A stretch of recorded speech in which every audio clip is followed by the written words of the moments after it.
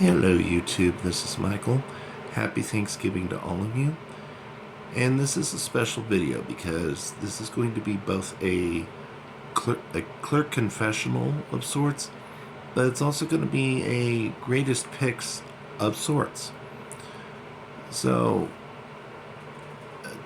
let me reveal why I'm saying these are going to be of sorts. Normally when I do a greatest picks, I have mathematical stats and mathematical formulas and whatnot to at least provide some objective proof as to why I feel a game is the best or not. But today I'm going based off of personal subjective opinion, which is based off of my personal experiences both as a clerk and as a player to what I feel are the best games at each denomination and what I feel is the best overall game to play. Okay? And I'm also keeping in mind that not everybody likes the same type of games that I like to play. I typically like playing the longer type of games, the bingos, the crosswords, those that take, if you do it properly, they take a long time to play. Not everybody likes those games because, let's face it, they are time consuming and they can be a little intimidating as well as a little confusing. Some people just want to scratch and see if they have a match or winning symbol or whatever and be done with it. And so I want to keep those kinds of players in mind too as I do this video. But I also want to talk about a couple things, a couple of developments that I've seen on the clerk side that, one, I think people should be aware of, and two, that I think are a little bothersome and I think that need to be corrected. So without further ado, let's get into this special video. Hopefully by the time this video comes out, you will have all eaten your turkey, you might be watching football games or whatnot, so maybe this is the perfect video to listen to tonight as the effects of the turkey are winding in, and let's just say I'm not trying to put anybody to sleep, but maybe this kind of video will do that thing. I don't know. Bad attempt at self-deprecating humor. Sorry. Okay. Let's talk about my picks for the greatest games out there right now based off of denomination. And I only have one requirement, and that is I'm not going to count the Christmas games because they're still too new. Every other, and I'm not going to count any game that, is basically in its 180-day window. That's pretty much dead and gone. You might have a handful of retailers across the state who still have tickets. Yeah, I'm talking about games that you can find in the great majority of your local lottery retailers, or at least you should be able to find it in the vast majority of your local retailers. Starting at the $1 level, the game that I feel holds the most promise for players right now is the $1 Decade of Dollars. In my experience, that game has paid the most consistently. And, the odds of getting a $3, a $5, a $10 winner aren't that hard to do. Okay? Of course, you're going to find a buttload of ones and twos. That's the way it works. But, finding a 5 isn't out of the question. I recently, I got a 3. I've gotten a 30 and a 40 on that game, but those are extreme outliers. Okay? But that's just it. You can get those outliers. And it's kind of fun to see when you get, like, for example, win all in that excitement of, okay, am I going to get $5 or am I going to get something more, comes into play. So, and there are still, I believe, 2 top prizes out there. I'd love to find one of those, wouldn't we all? I mean, $500 a month for, I think it's 10 years. That's not a bad price. I think it's the highest value prize on a $1 ticket out there right now, too. So that's another point in its favor. Similarly, at the $2 level, I'm kind of torn between two games, either the $2 Decade of Dollars or the $2 Super 7-Eleven 21. For simplicity, I think most people would rather play the $2 Decade of Dollars. What I like about it is the fact that you can get multiple 2-time symbols. And, you aren't necessarily going to get nothing but ones underneath. My first big winner on that game, I got 3 2-time symbols with 2 10s and a 5. I've been lucky enough to win $10, $20. I have gotten that $50 winner. I haven't gotten a 30 yet, but that's not going to stop me from trying. And I think there's still 2 top prizes on that game too, which is $1,000 a month for 10 years. So $120,000 total. Heck yeah. Super 7-Eleven 21, not a bad choice also, honestly, because there's a 14 and a 21 guaranteed per pack.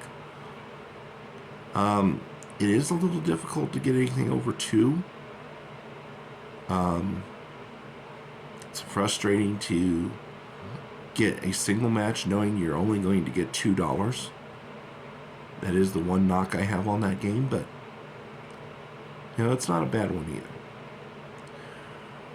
We get to the $3 level now, and I'll be honest, our $3 selection right now sucks.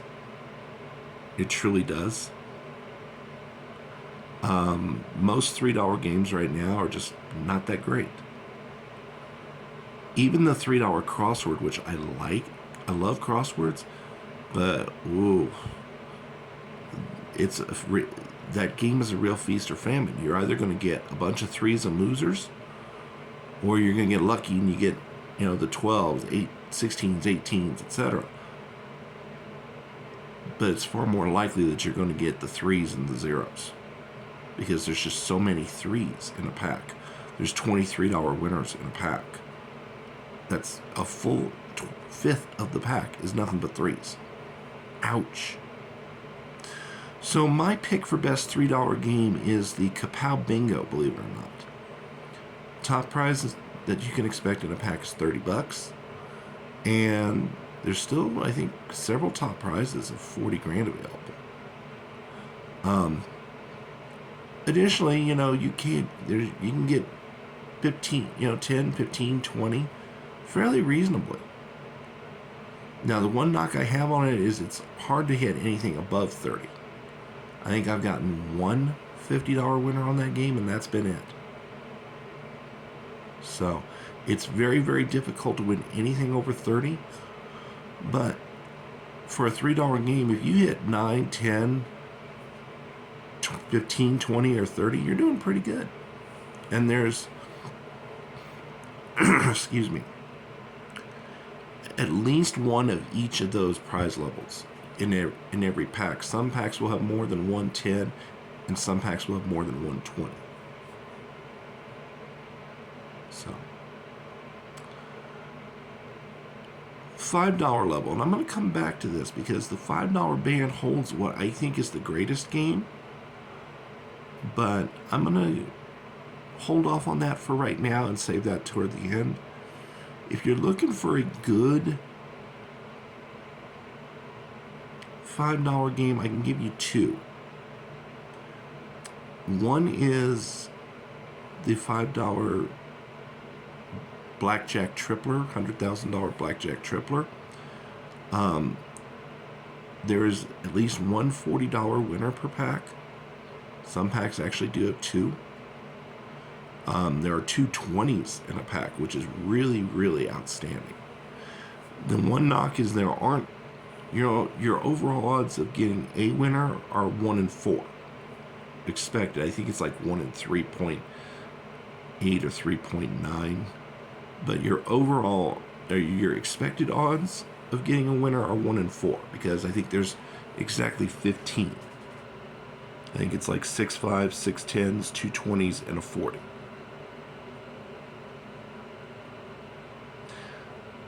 And then the Rocky Mountain Cube Bingo is my other good pick. And I've had a hot streak on that game lately. If you've been following along on my community posts, I've actually hit 50 on it twice in the last 2.5 weeks. And hitting 50 is very difficult to do.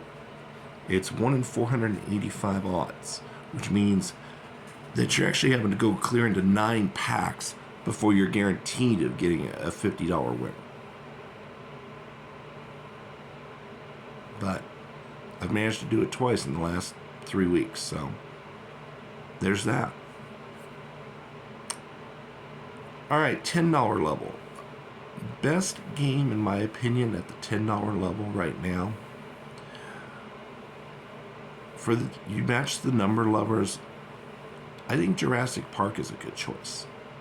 There's a guaranteed 50 per pack, 2 30s, and then, of course, several 20s and 10s. And the fact is, you can get the multiplier symbols to come up fairly frequently. I've seen some 100, 200, and even a $500 winner come through. My lottery friend up in Denver got a 500 on that game. This is the Jurassic World, the $10 one. He managed to get a manual win all with all 20s. So I think that's probably the best match the number $10 ticket out there right now. Of course, I like my crosswords, and I like the $10 bingo. I think that's another good one. But like I said, I know not everybody likes those long play ones. So if you haven't given Jurassic World a try, do it. It's a good one. All right, $20. Best $20 game I think out there right now is the 200X. There's a guaranteed $100 win per pack. You can find yourself a 50 fairly frequently. If there's one thing I do kind of not like about it, it's the fact that you can get the 20x multiplier and get a sucky $1 under it for a break even. I hate that. I don't think the lottery should do that, but they do.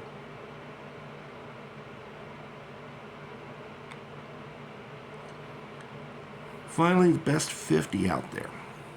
Right now, I think the best 50 out there is the best chance to be a millionaire. I think is the title of it. It's basically turquoise in color. I like it better than I like the Set for Life, even though the Set for Life offers a higher minimum prize, $100 on the Set for Life versus $75 for best chance. But here's what I don't like about Set for Life. In any pack, you are not guaranteed to get anything over 100. There are 7 guaranteed $100 winners per pack, yes. But that's it. The next prize up is $200, and the odds of hitting that are 1 in 35, I think it is. It's just over 1 in 30, and 30 tickets come in a pack. So yes, most packs will have 1, but that's just it. Most, not all. And anything over 200 is a definite outlier. Whereas on Best Chance to be a Millionaire, your minimum prize that you're guaranteed of winning is $75. And I think there's a couple of those per pack, but there's like 3 100s, and then there's a 150. So, and then your odds of hitting, you can also win 200, 250, or 500. And your odds of 500 are actually pretty good. It's like 1 in, I think it's like 1 in 75, something like that. Versus on Set for Life, it's 1 in 91. Well, I'm sorry. I'm going to take the ticket with the better odds of winning $500.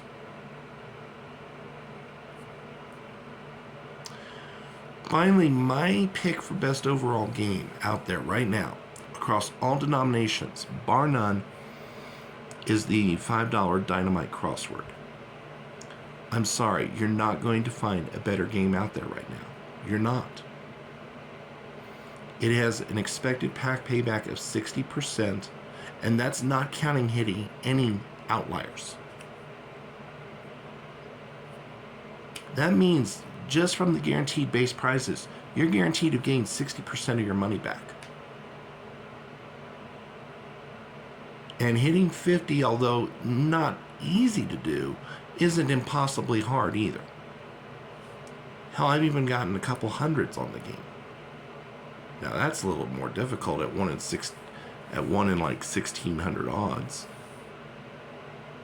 But it can be done. I've hit a 75 on it. And I get a 50 about once a month on that game. So, it happens. So, that concludes my picks for my greatest picks for the November-December time frame. Next time we'll do this will be in January. And there I'll probably return to my more traditional math-based. But I thought this time it would be better to give the intuitive side of things. Now, a couple of other things I want to touch on. This kind of is the clerk confessional. In recent months, you know that the Colorado Lottery recently, when I say recently, I say in the last 3 months, we recently had a changeover, a system changeover. And one of the things that they took away from the lottery clerks was the ability to do manual ticket validation. Like if you accidentally scratched the barcode a little too hard, or worse yet, you accidentally tore it or something. We used to have a backdoor way we could enter in those winners. The lottery took that ability away from us. I don't like it. I don't like it at all. Accidents happen. And I understand that maybe there were some unscrupulous lottery clerks, some unscrupulous retailers that might have used that backdoor method to get money from winners that didn't belong to them. But I think the lottery, if they have concerns, they need to fix the concerns, but don't take away a valuable tool that helps the customers out. Because most customers, I can tell you right now, most customers that turned in what we'll generously call a defective ticket, defective in this case meaning either they scratched a little too hard on the barcode, or maybe the printer on the jackpot game didn't print as well as it should have, and for whatever reason, the validation barcode can't be read. In most cases, that is A, not the player's fault, or B, even if the player is technically to blame, it was not done maliciously. And the player should not be unduly penalized by having to mail the ticket to a lottery office or take the ticket to a lottery office. I think the Colorado Lottery needs to reevaluate that decision.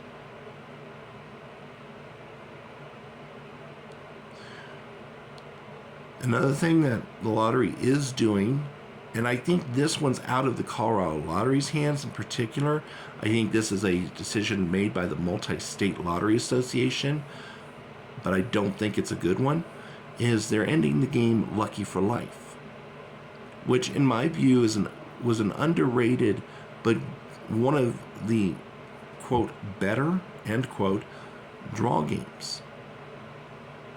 Gave you an extra way to win versus Mega Millions and Powerball, you could win just by matching 2 white balls and nothing else.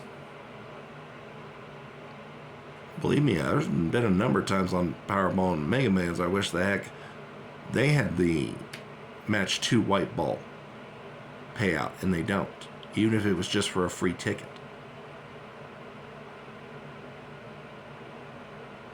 At least with Lucky for Life, if you got 2 white balls, you won $3, which is $1 over the cost of the ticket. But they're taking it away in February 21st will be the last day. And they're replacing it with a new and more exciting game. I'm here to tell you, anytime I see those words, I instantly go, new and more exciting, eh? Translation: more expensive and does not pay as well. All in the name of bigger jackpots. I got news for you. One reason why I in particular play scratch-offs far more than the jackpot games is I want to win something. Yes, it would be nice to win the big prize. But I also know the odds of that are so outlandish, bordering on impossible. And it's really difficult to win any prize at all. Come on now. I would much rather see a draw game where, hey, maybe the jackpot prize isn't eye-popping, but let's get some smaller, more manageable, winnable mini prizes in there. And Lucky for Life, I felt, had that. And now, you're taking it away. Thanks a lot, people.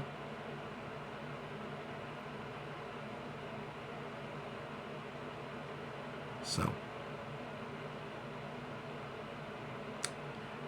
that will conclude this video. But, as always, I wish you and yours a happy Thanksgiving.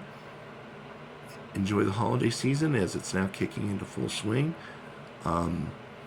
Just as a note, I do plan on having a couple of non-gambling but holiday-related videos coming out over the next month, so keep an eye out for those. I do intend to have one holiday ticket scratch video sometime in the next 2 to 3 weeks. But other than that, just keep an eye out for my normal videos, like, for example, when I have when we have new tickets drop, or like when I win something big, like my recent $200 win.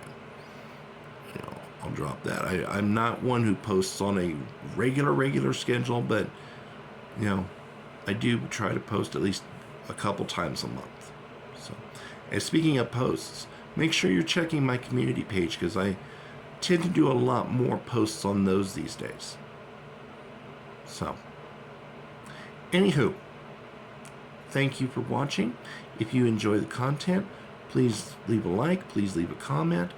If you have not already subscribed to my channel, please consider doing so. It's free and easy, doesn't take but a moment of your time, and it shows YouTube and myself that there's a place for me out here in YouTube land. So, as always, I thank you for watching, and have a great Thanksgiving night. See you next time.